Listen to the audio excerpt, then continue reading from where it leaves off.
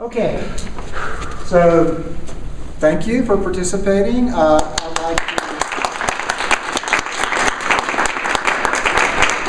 lot of people made this event possible. First of all, I'd like to thank somebody who's not here, and that's Jennifer. She was the student intern.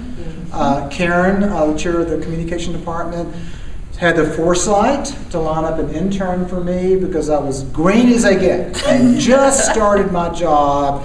And Karen goes, "Would you like an intern to help you with the spectacular vernacular?" And that was actually her idea. The whole idea of having a oratory contest sponsored by the Department of Communication Arts and Sciences in Lambda Pi Eta, the Communication Honor Society. Katia had a part in that too. It was one of our brainstorming sessions. So Okay, we give perfect. Katia So full Katia, credit too. Yeah, we'll give Katia. That's how the whole idea got started. And then Jennifer was extremely innovative. She's the one that came up with the title of the contest, the Spectacular Vernacular. I said, here, one of the many things you can do, and she contacted the various sports organizations in town, the Rockies and the Nuggets and the Broncos, to see how much it would cost to have their mascot show up for this event.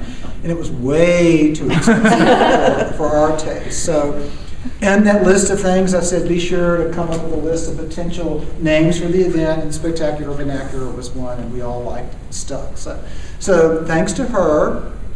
Thanks most of all to the judges and the contestants, because absolutely this would not have been possible without the willingness on the part of the contestants to put themselves out there.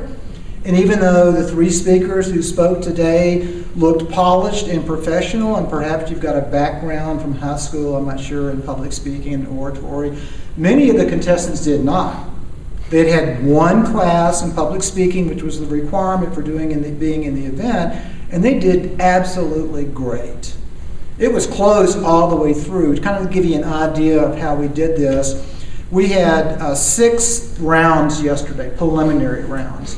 We had a round at 9 o'clock, we had a round at 10:30, we had a round at 12:30. Then the people that did well in those preliminary rounds went on to the second official round yesterday afternoon at 4 o'clock. So the competition got tighter in the 4 o'clock round. And then the people that did well in the 4 o'clock round went on for the 11 o'clock semifinal round this morning, and the competition was even tougher then than it was in the 4 o'clock round Friday afternoon. And then those folks are the 3 that we have here, the winners of those semifinal rounds. So, contestants, thank you very, very much. The judges, we had 17 different people volunteer to judge the event, the affiliate faculty as well as the full-time faculty. Everybody showed up on time. So that was great. I'd never been involved in the organizational end of something like this, and my biggest fear was that a judge wouldn't show up. And they all showed up, and they were all punctual, and they all provided extensive feedback, which the contestants will have available to them next week. All the ballots will be available for the contestant from his or her round. So contestants, judges, thank you very much. And then a couple of comments about the purpose of the event.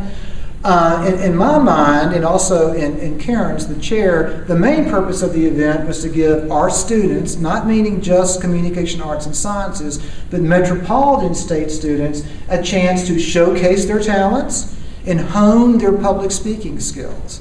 And when we first started initiating and thinking about the event back in September, the name change, Metropolitan State College of Denver to Metropolitan State University of Denver, was unknown for sure. I mean, they were working on it, but we didn't know what was going to happen. But now that we're Metropolitan State University of Denver, I really believe that all of us need to step up our game a little bit. Everybody, the entire campus. And I think this is a good way of doing so. And so it really ties into one of the reasons why we wanted to have the event, and that being to give Metro students to showcase their talents. And now they're showcasing their talents with Metropolitan State University of Denver. And also another reason for doing it was because we wanted to promote the idea of civic engagement in a democratic society. We have 2,000 students taking our public speaking class every semester from all over campus. And we're trying to get sort of a consistent theme going through all 70 sections of public speaking we offer every semester.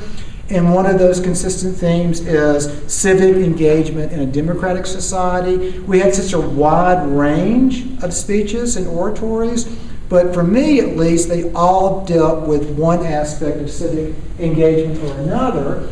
And I've got a few notes here from the judges' observations, the 7 judges. All 3 did a great job of addressing the topics called for in the speech: civic engagement, civil discourse, and freedom in a democratic society. All the speeches, in one way or another, kind of address those themes. Let's see. Very professional, very polished. What does this say? Sorry, Mike. Put your hand on it. Motivating. Motivating in their own way. So all the speeches were great in that way. All tying back to those. Is it working? Oh, am I moving too much? Sorry. Thanks, Josh. All tying back to that idea that we wanted to give the students the chance to hone their skills, but also we wanted to promote the university that we now are all a part of. Okay, let's go on to the particulars of the tournament. Okay, next year, I've already been told this by everybody involved, we need to expand the tournament. We need to have more than just an oratory component. We'll probably also have an extemporaneous component and maybe even a third category. We're also going to fine-tune the oratory component so that we'll have speeches that are more like logos, rational evidence, reasoning-based, kind of separated from the more emotional speeches. And that's all going to happen in the future. Okay? And people in particular to think about this besides the contestants and the judges, Diane is the representative. Diane, would you please raise your hand? Diane is the representative from Cengage Publishing, the publishing company that publishes our public speaking textbook. And many months ago, before we really knew how we were going to pay for this event, I talked to Diane and we worked out a negotiation. She goes, I'll talk to the editor, I'll talk to my boss, and we'll find out if we can get some funds to finance the event. So not only did Cengage pay for the prizes, which we now have a first and second and third place prize, monetary, but they also paid for our plaques. We have a first and second place plaque here, and the third place plaque is on order. So Cengage did all that. Thank you, Diane. You're welcome. I gave her an opportunity to give her own little oratory, but she said not I'll have to interested. take the class first. You'll take the class. So thanks, Diane, and please pass our thanks on to Cengage. I think that's about it. Karen, the chair of the Department of Communication Arts and Sciences, is going to present the first and second and third place awards, announce the winners. I don't know yet. I didn't want to know. I didn't want to be involved in the judging. Every time I peeked my head in, all 7 judges had their own particular version of reality. Particularly this gentleman on the end here, James Highshoe, who I've known forever, not forever, but 25 years. But everybody contributed in their own way to the decision. So Don't leave yet. I think before we make the announcement, we have to recognize Mike Monster.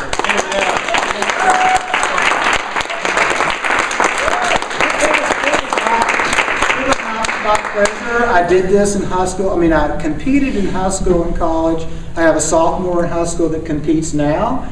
And so, but I've never organized an event. So this was kind of the first run through. So any weaknesses or glaring deficiencies We learned from.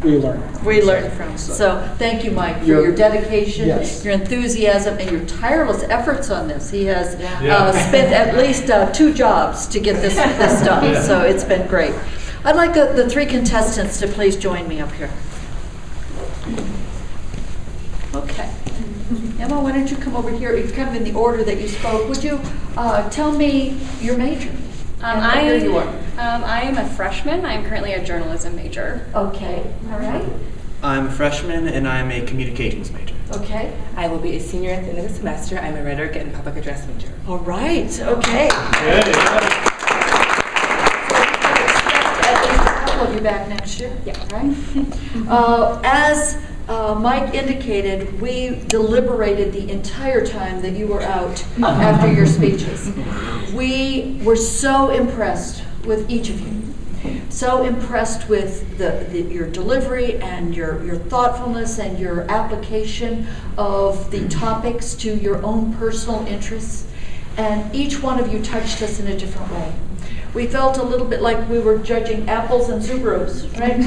Yeah, apples and Subarus. There was enough difference to where we really tried to figure out, okay, how do we get this down? And so it's not a flawless process, but we recognize each one of you and just commend you for your work on this and your excellence in representing public speaking. So.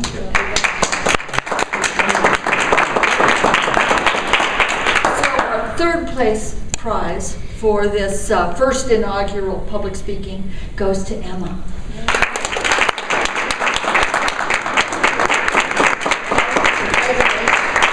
Over here, you get some recognition over here too. Okay. Let's see. In second place, Savannah. Excellent.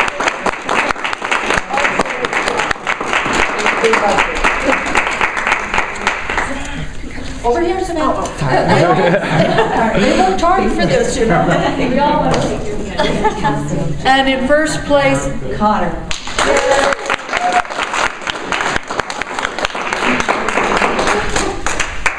So please join me in applauding our two presidents.